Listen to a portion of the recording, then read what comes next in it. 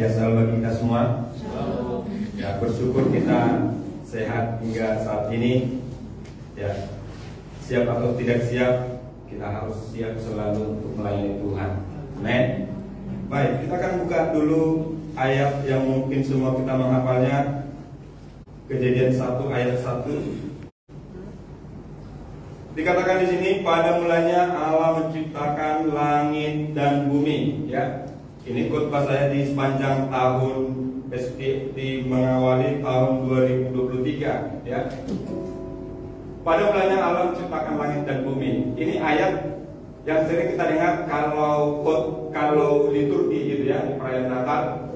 Sepanjang perayaan Natal saya dengarkan ayat ini, tetapi ketika saya gali, ya, ayat ini dicatat di Allah menyatakan pewahyuannya kepada Musa ketika dia di Gunung Sinai, ya. Pada saat itu umat Israel keluar dari Mesir menuju tanah Kanaan, ya. Ketika di Mesir orang juga memanggil Allah. Di tanah Kanaan pun nanti orang akan panggil Allah. Jadi orang Israel bertanya, siapa sesungguhnya Allah kita? Ya. Jadi Allah kita adalah, ya, ini perlu bagi kita semua bapak, saudara-saudara gitu ya. Kita harus tahu identitas Allah kita. Amin. Jangan kita bimbang karena agama lain juga menggunakan kata Allah, ya. Jangan kita bimbang, ya. Di kitab di Alkitab kita, ketika dikatakan siapa Allah kita, pasti ditekankan dengan alam ciptaannya, dengan ciptaannya, ya. Jadi dikatakan Allah kita adalah pencipta langit dan bumi, ya. Allah yang kita sembah adalah pencipta langit dan bumi. Nanti tokoh-tokoh Alkitab selalu dikatakan Allah pencipta alam semesta, Allah pencipta langit dan bumi. Allah kita itu sesungguhnya Allah yang luar biasa. Amin. Makanya dikatakan di sini, pada mulanya Allah menciptakan langit dan bumi. Kalau kita belajar penciptaan saudara, ya, sungguh indah dan dicatat semuanya itu sungguh amat baik. Seluruh ciptaan itu sangat baik dan sempurna. Tetapi ketika manusia jatuh ke dalam dosa, ciptaan itu semuanya berantakan, ya. Jadi sedikit saya sampaikan kepada kita sebagai orang Kristen setidaknya harus memahami, ya. Saya selalu katakan kita harus betul-betul memahami firman Tuhan. Kita harus betul-betul memahami kekristenan. Kita harus betul-betul memahami siapa Tuhan kita, ya. Jadi dikatakan segala ciptaan itu baik adanya. Tetapi oleh karena manusia jatuh ke dalam dosa, rancangan Tuhan yang begitu indah bagi kita itu semuanya itu kacau balau, ya. Saya kasih contoh, ya. Ketika Allah memberikan otoritas kepada Adam, segala ciptaan itu tunduk kepadanya, ya. Contoh, hai ikan di laut datanglah ke dapur, bisa. Tetapi ketika manusia jatuh ke dalam dosa, segala ciptaan itu takut, ya. Ada perbedaannya. Kalau yang sebelumnya takluk, ya, dan setelah jatuh ke dalam dosa takut, ya. Jadi manusia jatuh ke dalam dosa. Kita harus tahu apa dampak manusia jatuh ke dalam dosa, ya. Yang pertama, manusia jatuh ketika manusia jatuh ke dalam dosa, ya. Ketika kita jatuh ke dalam dosa, itu tergantung respon kita, ya. Selalu saya katakan juga, firman Tuhan untuk tidak melarang, untuk tidak larangan untuk tidak memakan buah pengetahuan yang baik dan yang benar. Itu Tuhan sampaikan kepada si Adam. Tetapi ular tahu bahwa firman itu tidak sampai kepada si Hawa. Makanya yang dipengaruhi oleh si Hawa. Kalau kita tidak mendengar firman Bapak Ibu, ada ancaman bahaya di hadapan kita, ya. Oleh karena itu saya sampaikan kepada kita, mari di tahun 2023 kita harus kuat di dalam firman Tuhan. Amin. Kita harus kuat di dalam firman Tuhan. Bahkan saya katakan, ya, semakin bertambah usia kita harus punya filter di dalam hidup kita. Bahkan filter itu asalnya itu harus semakin halus, ya. Kalau sekarang itu ada begitu banyak ajaran-ajaran di media sosial. Tetapi kalau kita kaji dengan firman Tuhan tidak sesuai, ya. Bahkan bukan kita katakan sesat, tetapi kurang tepat. Ya, seringkali ada begitu banyak penyampaian firman yang tidak tepat. Ya, saya kemarin sering-sering dengan beberapa hamba Tuhan, seberapa pentingkah teologi itu? Ya, saya katakan gini, teologi itu membantu kita mengerti kebenaran. Teologi itu membantu kita mengerti firman Tuhan. Ya, karena firman Tuhan ini dicatat di zaman yang berbeda, budaya yang berbeda, di waktu yang sangat berbeda. Ya, jadi ketika manusia jatuh ke dalam dosa,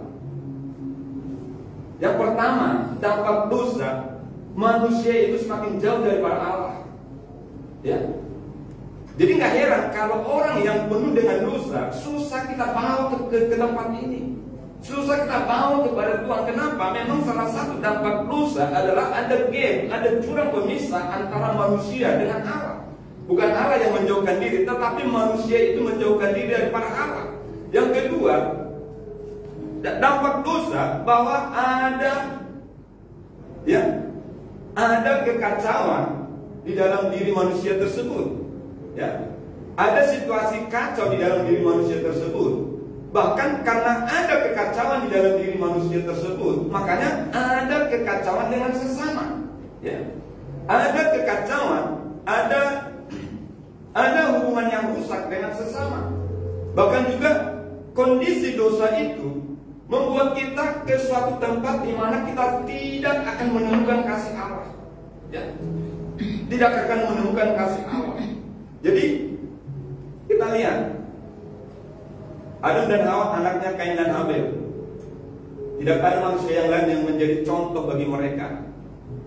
Tetapi kita lihat, ya, Kain menjadi pembunuh pertama di firman Tuhan, yang membunuh adik kandungnya sendiri. Kenapa bisa? Itu dampak dosa. Ya.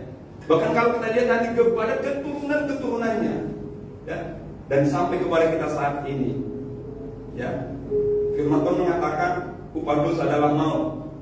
Ya. Ketika Allah melihat kalau kondisi kita di dalam dosa, kita menjadi tawanan dosa itu, ya, untuk melepaskan kita dari dosa itu, dari maut itu, gak ada yang bisa. Hanya Allah, korban yang sempurna, yang bisa melepaskan kita daripada dosa itu. Ya. Kita lihat ketika manusia jatuh ke dalam dosa, tidak ada jalan kembali kepada Tuhan. Sehingga ada rancangan yang daripada Tuhan untuk kembali kepada Allah itu lewat korban. Ya, bersyukur kita Bapak Ibu, ibadah kita tidak seperti ibadah di zaman tabernakel. Ya, untuk ibadah harus ada korban yang harus kita persembahkan, harus ada korban sembelih. Ya, bukan hanya sekedar kambing domba, tetapi domba yang tidak bercacat. Ya, itu nggak gampang mencarinya. Domba banyak, tapi yang tidak bercatat, yang tidak bercerai itu nggak ada, sulit ditemukan. Ya, secara materi mungkin sudah mengeluarkan biaya yang besar, apalagi untuk mencari yang sesuai dengan kriteria Tuhan. Jadi ketika manusia semakin menderita oleh karena dosa, Yohanes 3:16 katakan, karena begitu besar kasih Allah akan dunia ini, Dia mengaruniakan satu-satunya anaknya yang tunggal, Yesus Kristus. Karena Dia tidak mau satu orang pun di antara kita binasa. Allah mau supaya kita memperoleh hidup yang kekal. Amin. Ketika Yesus disalibkan, itu adalah korban yang sempurna bagi kita untuk menebus dosa-dosa kita. Dan ketika Dia dibangkitkan pada hari yang ketiga, itu salah satu bukti bahwa kuasa maut sudah dimatikan, kuasa maut sudah dikalahkan, dan kita layak disebut anak-anak Allah. Kita buka dulu Yohanes 1 ayat yang ketiga.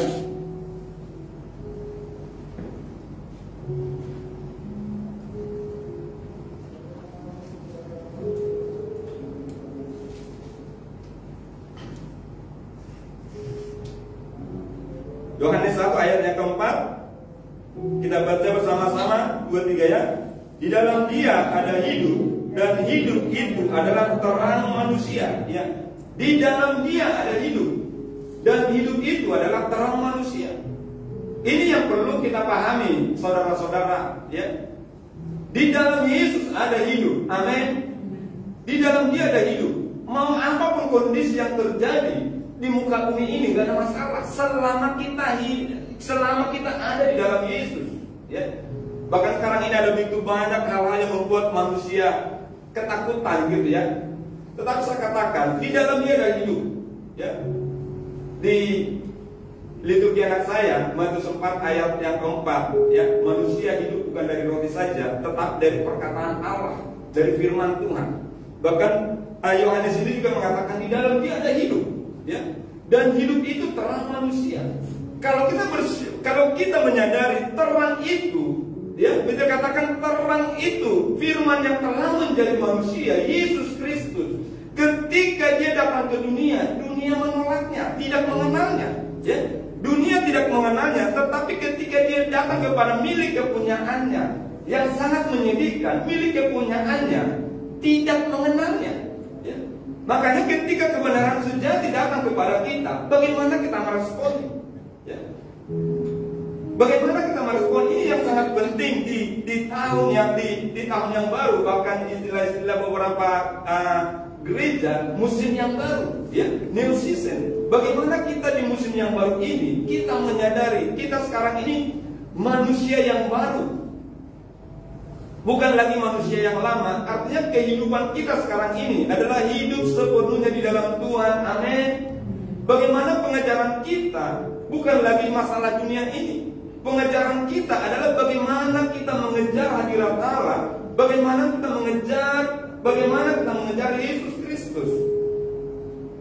Ya. Di akhir tahun saya khotbah di ibadah penyuburan, ya.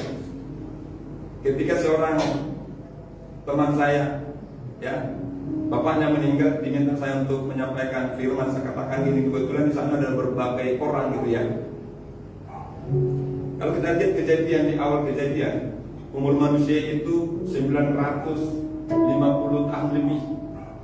Kenapa harus dicatat beberapa usia manusia? Sepanjang-panjangnya usia manusia akan tetap mati juga, ya.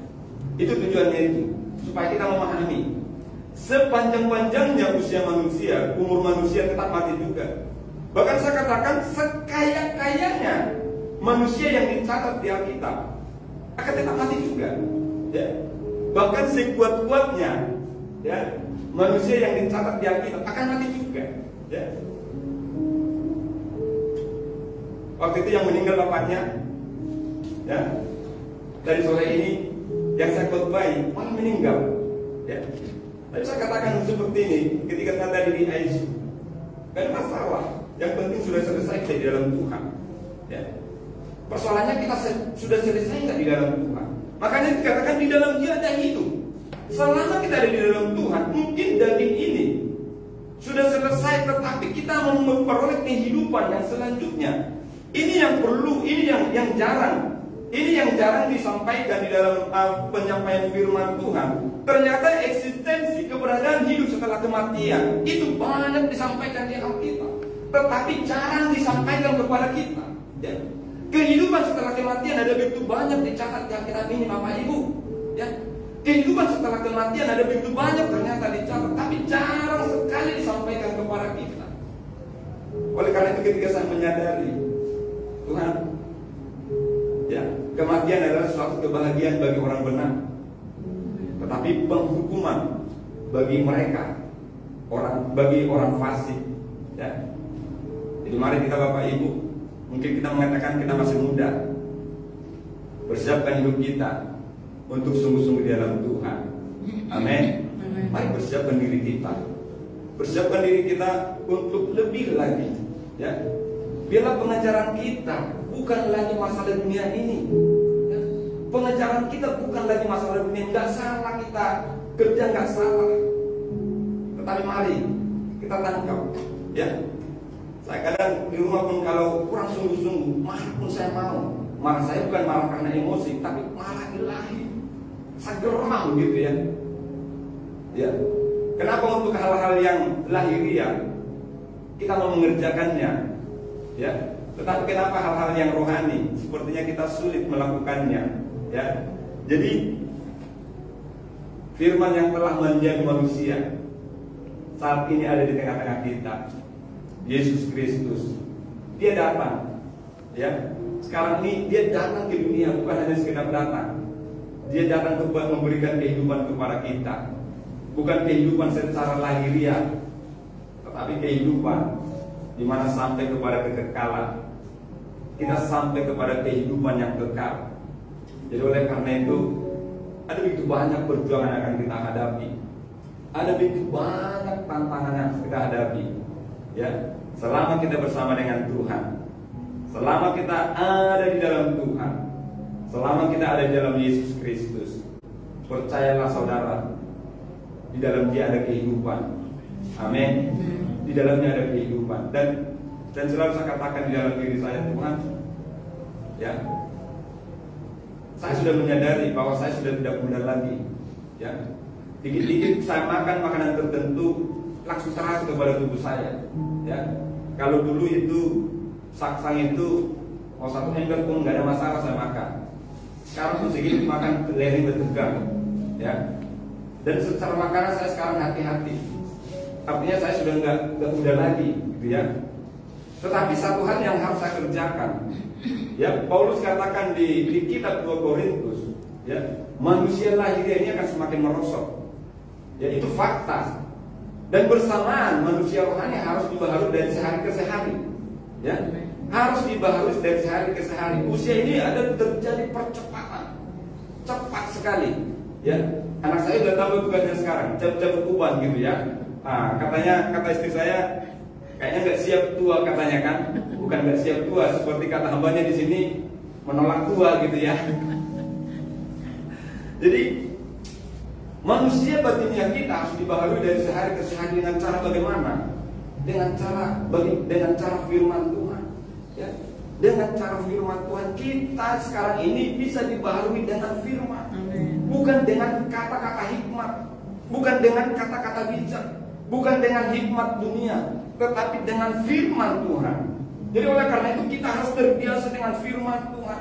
Makanya Paulus katakan, jadilah seperti bayi yang selalu menginginkan air susu yang murni dan rohani. Air susu yang murni dan rohani itu firman Tuhan. Itu yang Paulus kehendaki ketika kita kembali kepada firman. Semakin hari kita akan semakin dibaharui kerohanian kita. Amin. Jadi oleh karena itu, mari, ya, mulai memahami firman. Kalau selama ini kita membaca, ya, mulailah untuk mengerti, ya. Kalau kita betul-betul membaca firman, ada istilah kritik teks ya sebenarnya yang memacu kita untuk kenapa sih harus terjadi seperti ini, ya. Tapi kalau kita baca sekilas saja, ya mungkin ya kita seperti membaca koran gitu ya.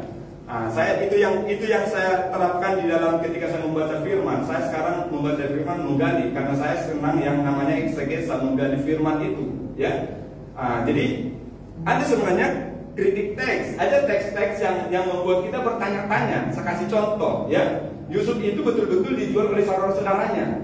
Tetapi ketika Yusuf di penjara dikatakan, dia nggak dikatakan dia dijual. Saya dicuri oleh orang fasik, ya. Kenapa bisa terjadi seperti itu? Ada begitu banyak sebenarnya teks-teks yang membuat kita, ya, nggak harus sekolah Bapak Ibu, ya, anak-anak pun kalau kita pahami teks demi teks itu, ternyata teks itu nanti yang akan menjelaskan kepada kita, sehingga nanti kita betul-betul mengerti, ya. Nggak harus sekolah, enggak. Kalau kita betul-betul nanti ada teks di sana, ya, ada hal-hal yang membuat kita, kenapa harus terjadi seperti ini? Contoh lah, kenapa persembahan Kain, ya, padahal sama-sama mempersembahkan, kenapa persembahan Habel yang diterima Tuhan, ya? Kalau orang sekolah minggu mengatakan karena asapnya lurus, katanya gitu ya, ya anak sekolah minggu sah-sah saja gitu ya, karena asapnya lurus. Tetapi ada hal-hal nanti ketika kenapa bisa terjadi seperti ini. Ya, firman Tuhan ini adalah firman yang hidup, akan berbicara kepada kita, akan memberikan penjelasan kepada kita. Jadi pada mulanya Allah menciptakan langit dan bumi, Allah itu sempurna diciptakan bagi kita. Selama ciptaan itu, ya, selama kita hidup benar, ciptaan itu sempurna bagi kita. Mungkin di dalam perjalanan kehidupan kita ada begitu banyak dosa yang membuat segala sesuatu rusak. Mari kembalilah kepada Tuhan. Kita minta ampun kepada Tuhan supaya Tuhan mengampuni setiap dosa-dosa pelanggaran kita. Ya, jujur Bapak Ibu, ketika saya renungkan, saya sekarang belajar eskatologi tentang akhir zaman, kedatangan Tuhan yang kedua kali. Tuhan, jangan sampai saya tidak masuk di dalam rencana itu. Ya, jangan sampai kita tidak masuk di dalam rencana itu. Jangan, selalu saya katakan seperti kepada orang tua saya, tinggal mama saya, Ma, jangan selama di muka bumi ini kau sudah menderita, seperti istilahnya Masikor di sini, tetapi engkau gagal masuk surga. Ya, jangan sampai engkau gagal masuk surga. Ya, selalu saya sampaikan kepada orang tua saya, dan ini juga saya sampaikan kepada kita. Mari kita tangkap ini. Ya, kita sedang berjalan di situasi di mana kita nggak tahu. Yang jelas, Allah, Sang Firman itu, Sang Terang itu ada bersama-sama dengan kita. Di dalam Dia ada kehidupan, amin. Di dalam Dia ada hidup. Ya, mari sungguh-sungguhlah datang kepada Tuhan. Kalau memang ada yang tidak sungguh-sungguh, ya, miliki kasih itu. Ini yang Tuhan taruh bagi saya sekarang ini. Ya, bisa saya katakan, setelah mulai dari awal Januari, saya sekarang mengurusin orang yang sakit, mengurusin orang yang meninggal. Ya, sebenarnya Tuhan, biarlah lewat situasi-situasi ini saya menyampaikan tentang Tuhan, dan saya mengirim mereka datang kepadamu. Ya, mari, ada begitu banyak jiwa yang kita bisa menjangkau mereka. Mari kita tuntun mereka kepada Tuhan, amin. Terlebih kita yang punya keluarga. Ya, mari miliki kerinduan. Kami keluarga besar, dan setiap malam, setiap hari ketika kami mesbah keluarga, kami menangis mendoakan keluarga, terlebih keluarga daripada istri itu. Ya, keluarga daripada istri itu, Bapak Ibu, beli Fortuner itu seperti beli kerupuk, tapi kasihan nggak ada di dalam Tuhan. Kami merindukan itu supaya mereka betul-betul mengalami kasih Tuhan. Ya, kami merindukan mereka semuanya. Keluarga istri, keluarga besar. Kalau kami masih mending, kami keluarga besar masih 50-50, ya, masih 50-50, masih sudah banyak kami menjadi hamba Tuhan, ya. Tetapi sekalipun ada beberapa yang belum lagi di dalam Tuhan, tetapi kami terus bergumul, ya, karena di luar Tuhan mereka tidak akan pernah mengalami kehidupan, terlebih surga yang kekal, kehidupan setelah kematian. Ya, ketika saat kami belajar Bapak Ibu, ya, mungkin kalau kita lihat, oh enak sekali hidupnya di dunia ini. Ya, kita sekarang bukan lagi itu, kita akan beralih nanti. Ya, sebentar kita akan tinggalkan dunia ini. Kita akan beralih kehidupan yang sudah Tuhan sediakan bagi kita. Itu bisa kita miliki ketika kita ada di dalam Yesus. Amin Bapak Ibu, tidak ada jalan yang lain. Itu bisa kita miliki ketika kita ada di dalam Yesus. Jadi ini yang bisa saya sampaikan kepada kita. Dosa membuat kita segala sesuatunya kacau balau. Tetapi kasih karunia bagi kita, Yesus datang kepada kita supaya kita lepas daripada belenggu dosa itu, supaya kita lepas daripada ikatan dosa itu. Kalau kita tidak lepas dari ikatan dosa itu, upah dosa datang mau. Kita ada di dalam kematian yang kekal, di dalam lautan api yang tidak ada habisnya. Tetapi oleh karena kasih Allah, Dia datang untuk menyelamatkan kita. Dia menebus kita dari dosa itu, menebus kita dari ikatan itu. Sehingga ya, kalau kita berbicara penebusan, ya, istilah penebusan dikatakan seperti budak Ibrani. Ketika ditebus dari pasar, itu menjadi milik saya, menjadi tugas saya. Kalau kita menyadari kita sudah ditebus oleh Allah, kita harus menjadi hambanya Allah. Amin saudara. Itu sebenarnya, itu yang harus kita pahami. Kalau kita menyadari kita sudah ditebus dengan harga yang mahal, dengan darah Yesus, kita harus mengabdikan diri kepadanya. Amin Bapak Ibu. Ada begitu banyak tawaran bagi saya untuk melakukan pekerjaan-pekerjaan sekuler. Orang mengatakan kan nggak salah Pak, banyak pendeta juga punya usaha, banyak pendeta juga sambil bekerja. Tapi ketika saya menyadari Tuhan, saya sesungguhnya hamba, saya sesungguhnya budakmu, biarlah saya sepenuhnya mengabdi kepadamu. Makanya ketika banyak tawaran Bapak Ibu, saya nggak pernah begitu. Kenapa? Karena sesungguhnya saya sudah tawaran Kristus. Saya menjadi sepenuhnya menjadi hamba Tuhan. Ya, bagaimana dengan anak-anak saya? Jujur Bapak Ibu, ya, Tuhan, anak saya tidak sepandai anak lain. Keahlian anak saya nggak ada. Ya, keterampilan anak saya nggak ada. 3 anak saya nggak tahu masa depan mereka. Tapi mengingatkan saya dengan seorang pribadi Mephibosheth. Mephibosheth ini sejak 5 tahun terjatuh dan timpang. Tetapi ketika bapaknya memiliki hubungan yang erat, hubungan yang intim dengan sang raja, ada jaminan pemeliharaan dan penyediaan buat Mephibosheth dan keluarganya. Ketika ayah Mephibosheth ini, Yonatan, dekat dengan sang raja Daud, ada jaminan buat anak-anaknya. Dan saya katakan, Tuhan, ketika saya memiliki hubungan yang dekat dengan Engkau, ternyata masalah anak saya ini urusanmu. Ada jaminan bagi anak-anak saya. Dan itu juga yang saya sampaikan kepada kita. Mungkin kita mengatakan ini semuanya untuk anak-anak, memang betul. Tetapi selama kita dekat dengan Tuhan, Sang Raja di atas segala raja, ternyata anak-anak kita ini ada jaminan yang daripada Tuhan. Jaminan pemeliharaan dan jaminan penyediaan. Ya, dan itu kadang menyimpulkan hati saya. Oh iya Tuhan, saya sebagai bapak kadang, bagaimana nanti anak-anakku? Karena dunia yang mereka hadapi sudah berbeda. Ya, zaman mereka sudah berbeda, 10-15 tahun yang akan datang sudah berbeda. Ya, jadi itu yang bisa saya sampaikan kepada kita di malam hari ini. Jadilah kita menjadi orang Kristen yang benar. Amin saudara. Kebenaran itu diukur dengan firman Tuhan. Kalau orang Kristen yang baik, ada begitu banyak. Bahkan kalau diukur dengan kebaikan, kita nggak ada apa-apanya dibandingkan dengan yang lain. Ya, nggak ada apa-apanya. Tetapi yang Tuhan minta kepada kita, jadilah itu benar. Jadilah orang Kristen yang benar. Orang Kristen yang benar adalah orang Kristen yang dibenarkan, bukan karena perbuatan kita, karena dibenarkan. Ketika kita dibenarkan, biarlah kebenaran firman Tuhan ini menjadi standar hidup kita. Biarlah kita berjalan sesuai dengan nilai-nilai kebenaran firman Tuhan ini.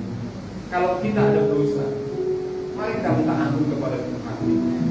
Dosa yang tidak diampuni adalah dosa yang tidak diakui. Mari. Ya. Dosa yang tidak diampuni adalah dosa yang tidak diakui. Akui dosa kepada Tuhan.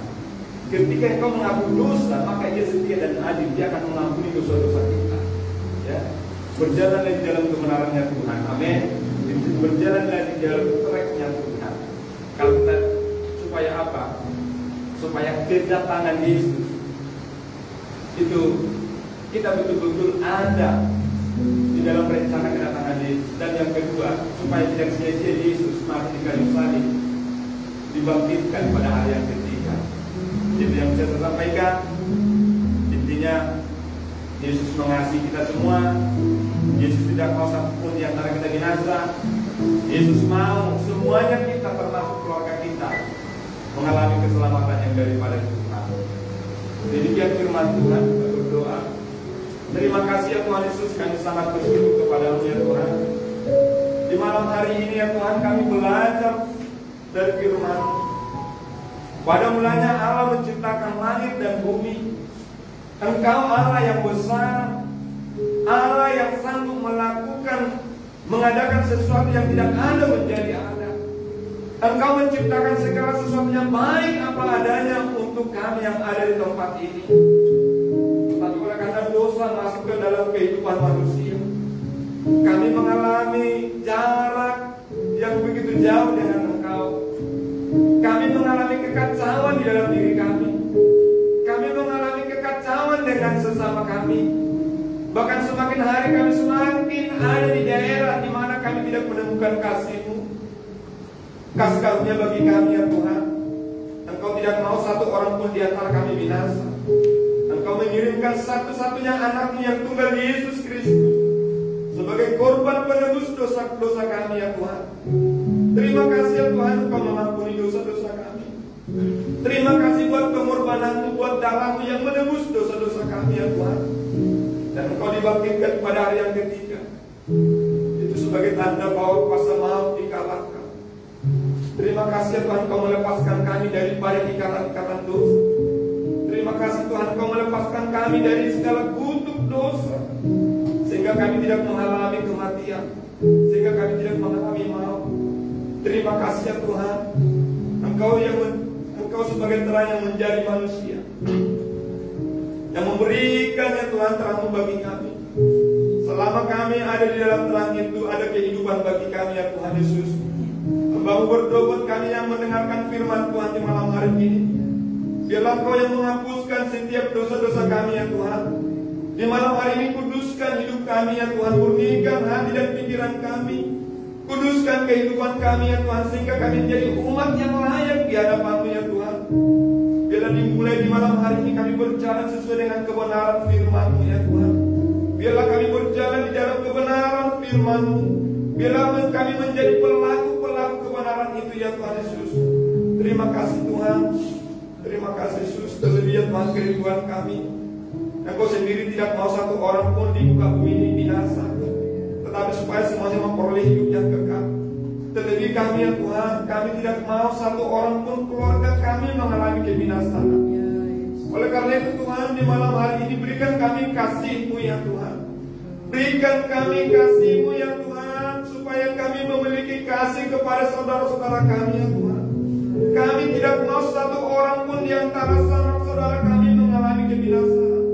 Tetapi oleh karena itu Tuhan, jadikan kami ya Tuhan sebagai alat-Mu penyampai firman-Mu ya Tuhan. Jadikan kami sebagai alat-Mu untuk membawa saudara-saudara kami, teman-teman kami, mungkin tetangga kami, untuk datang kepada-Mu ya Tuhan Yesus. Berikan kami ya Tuhan Yesus kemampuan untuk memberitakan Injil-Mu.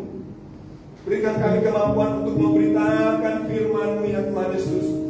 Terima kasih ya Tuhan. Terima kasih Yesus buat firman yang kami dengarkan di malam hari ini. Materaikan di dalam hati dan pikiran kami, sehingga firman ini menjadi pelita bagi kaki kami, menjadi terang bagi jalan-jalan kami. Di dalam nama Yesus kita yang diberkati lewat firman Tuhan, sama-sama katakan amin. Yang sudah kita lakukan, yang sudah diajarkan oleh hamba Tuhan adalah tentang Kisah Rasul kedua. Kami juga di rumah sharing firman. Kata hamba kami, puji Tuhan, Bapak ini katanya keluarganya konglomerat juga. Yang sana juga konglomerat. Ya Bapak, saya juga cerita sama saya jawab ini, mau konglomerat mau tidak, kalau kita tidak punya Kisah 2 ayat 41, 46, kita bukan gereja Tuhan. Ya, jadi saya, karena dia yang sampaikan firman, jadi kami diskusikan firman juga malam ini. Dia tidak bersama dengan kita. Ya, saudara sudah tahu kalau dia tidak bersama dengan kita berarti dia sakit. Maksudnya itu kan tidak pernah asik ibadah ya. Dia sudah berapa hari sakit, sejak beberapa hari yang lalu saya kira sudah baik karena dia sakit. Ya, mari kita berdoa sama-sama supaya dia diberikan kesehatan. Ya, sama seperti Bapak bilang tadi, sudah tua. Ada sesuatu pun kalau salah pasti sakit ya. Saudara kasih dalam Tuhan, puji nama Tuhan. Kita bersyukur dan saya akan bagikan roster untuk minggu depan ya. Nanti cerita kali tolong catat ya untuk tuan rumah ibadah hari Kamis ya. Nomor 1 Mama Beta ya. Nomor 2 Mama Oswi, karena di sini ada beberapa ibu-ibu. Nomor 3 Mama Amira. Nomor 4 Mama Chandra. Nomor 5 keluarga Karisma. Nomor 6 Pastori. Berarti Mama sudah ya. Sudah ya? Ya 6. Ya 6. Itu. Demikian juga untuk kebaktian keluarga di rumah saudara masing-masing.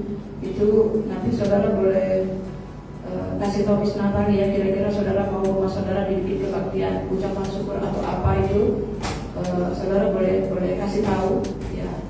Kalau kita tidak ada PPKM, tidak ada apa, minimal rumah kita itu ya, kalau sudah normal minimal itu 1 tahun 2 kali ibadah, 1 semester itu 1 kali ibadah rumah ya, itu minimal 1 semester itu 1 kali. Kalau 1 tahun 1 kali itu setengah minimal ya, saudara kasih di dalam Tuhan. Jadi nanti sesuai dengan, mungkin saudara mau minta ibadah ucapan syukur sesuai dengan hari ulang tahun saudara, atau mungkin ulang tahun saudara mau bersyukur ya, bisa juga di situ di kebaktian keluarga ya. Jadi nanti saya kasih tahu ke Bapak Kepala bagaimana pengaturannya itu, bisa juga sesuai roster. Tapi mungkin itu dulu ya, karena yang sesuai roster kan yang hari Kamis di sini. Yang untuk kebaktian keluarga terserah dari saudara, kira-kira kapan saudara mau di rumah saudara supaya nanti bisa disusun. Itu saja pengumuman kita pada malam hari ini. Terima kasih buat semua yang sudah hadir. Biarlah kita menjadi pelaku firman Tuhan seperti yang sudah Tuhan ajarkan kepada kita. Ketika kita tekun dalam pengajaran, maka kita akan bertumbuh dalam iman, pengharapan dan kasih. Maka buah-buah pertobatan itu akan terjadi di dalam hidup kita karena kuasa firman yang mengubahkan kita. Mari kita bangkit berdiri bersama-sama. Kita berterima kasih kepada Tuhan buat pekerjaan Tuhan yang sudah Tuhan kerjakan sampai hari ini, yaitu saudara dan saya yang diberikan kesempatan untuk tetap setia dan melayani Tuhan. Dan berdoa bersama-sama. Apa-apa yang sudah melayani Tuhan Yesus memberkati. Kita angkat satu pujian. Ku beri kemuliaan kepada Tuhan. Biar kami yang sudah setia ini Tuhan terus memberkati, Tuhan terus membersihkan kami dengan menghasilkan buah-buah yang sesuai dengan standar firman Tuhan.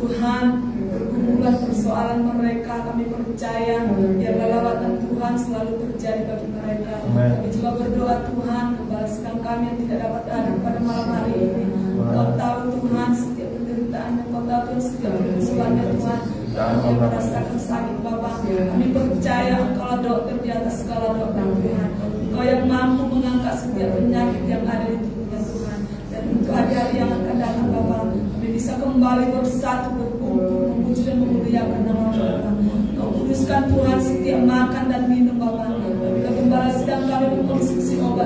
biarlah Engkau terlebih dahulu memutuskan setiap obat-obat yang dimaksudnya Tuhan, agar menjadi membawa perubahan yang baik di dalam tubuhnya Tuhan. Juga berdoa Tuhan, berkati seluruh keluarganya Bapak, anak-anaknya, istrinya Tuhan, biarlah mereka Tuhan semakin hari semakin mendekatkan diri kepada Engkau Tuhan. Biarlah mereka Tuhan semakin hari Tuhan semakin merasakan hadirat Tuhan, kuasa Tuhan di dalam kehidupan mereka. Berdoa juga Tuhan buat sidang jemaat PPS Blessing Tuhan, Kau melihat Tuhan, biarlah Tuhan di tahun 2023 ini Tuhan, kami semakin hari Tuhan semakin mendekatkan diri kepada Engkau Tuhan. Biarlah kaki kami Tuhan hanya berlari mengejar hadirat-Mu Bapa. Biarlah Tuhan mulut kami hanya memuji dan memuliakan nama-Mu Bapa. Dan tangan kami Tuhan kami pergunakan untuk bersorak-sorai memuji dan memuliakan nama-Mu Tuhan. Berkati seluruh keluarga demi keluarga sedang jemaat yang ada di tempat Tuhan. Berkati tempat tinggal kami Tuhan. Kau berkati kami Tuhan setiap keluar masuk rumah kami Tuhan. Kau perdamaikan Tuhan setiap tanah-tanah yang kami injak Bapa. Agar kami Tuhan, agar kaki kami tidak terantuk ke batu Bapa. Kami juga berdoa Tuhan, biarlah Tuhan firman-Mu itu menjadi pelita bagi kaki kami, terang bagi jalan hidup kami Tuhan. Juga berdoa Tuhan buat bangsa dan negara kami Tuhan. Kami serahkan bangsa dan negara kami ini Bapa ke dalam tangan pengasihan-Mu Tuhan. Biarlah bangsa dan negara kami ini Tuhan menjadi bangsa yang penuh dengan pujian dan penyembahan kepada Engkau Tuhan. Dan biarlah Tuhan bangsa dan negara kami ini Tuhan menjadi bangsa yang penuh dengan damai Tuhan, bangsa yang penuh dengan sukacita yang dari Engkau. Kami juga berdoa Tuhan, berkati Tuhan setiap pemimpin-pemimpin kami Bapa, mulai dari Presiden Tuhan, Wakil Presiden Bapa, sampai jajaran yang terendah Tuhan. Biarlah Tuhan kami serahkan ke dalam tangan pengasihan Bapa. Dan biarlah Tuhan setiap pemimpin-pemimpin bangsa kami Tuhan, mereka melakukan tugasnya Bapa sesuai dengan kehendak-Mu, sesuai dengan rencana Bapa. Kau pakai Tuhan setiap pemimpin-pemimpin kami Bapa sesuai dengan kehendak-Mu, sesuai dengan rencana Bapa. Kami juga berdoa Tuhan buat kota Batam Bapa. Biarlah kota Batam ini Tuhan menjadi kota yang penuh dengan pujian dan penyembahan kepada Engkau Bapa. Dan biarlah Tuhan seluruh kota Batam Bapa menjadi berdoa kepada Engkau Bapa. Kami juga berdoa Tuhan, Engkau memperbaiki perekonomian yang ada di bangsa Indonesia Tuhan. Juga Tuhan di kota kami kota Batam Tuhan, agar kami Tuhan anak-anak Tuhan yang menganggur mendapatkan pekerjaan Tuhan. Agar ada kami pergunakan Tuhan untuk puji hormat kemuliaan nama-Mu Bapa. Kehidupan kami sehari-hari Tuhan. Janganlah kami Tuhan menjadi batu sandungan Tuhan buat orang lain, tetapi ajar kami Tuhan untuk menjadi berkat Tuhan. Ajar kami Tuhan menjadi terang buat di sekitar kami Bapa. Baik dari segi perbuatan kami Bapa, baik dari segi perkataan kami Tuhan. Ajar kami Tuhan menjadi terang Bapa. Terima kasih Bapa, terima kasih Tuhan. Kami juga berdoa Tuhan, biarlah Tuhan setiap ibadah-ibadah yang kami adakan Tuhan, kami serahkan ke dalam tangan pengasihan-Mu Bapa.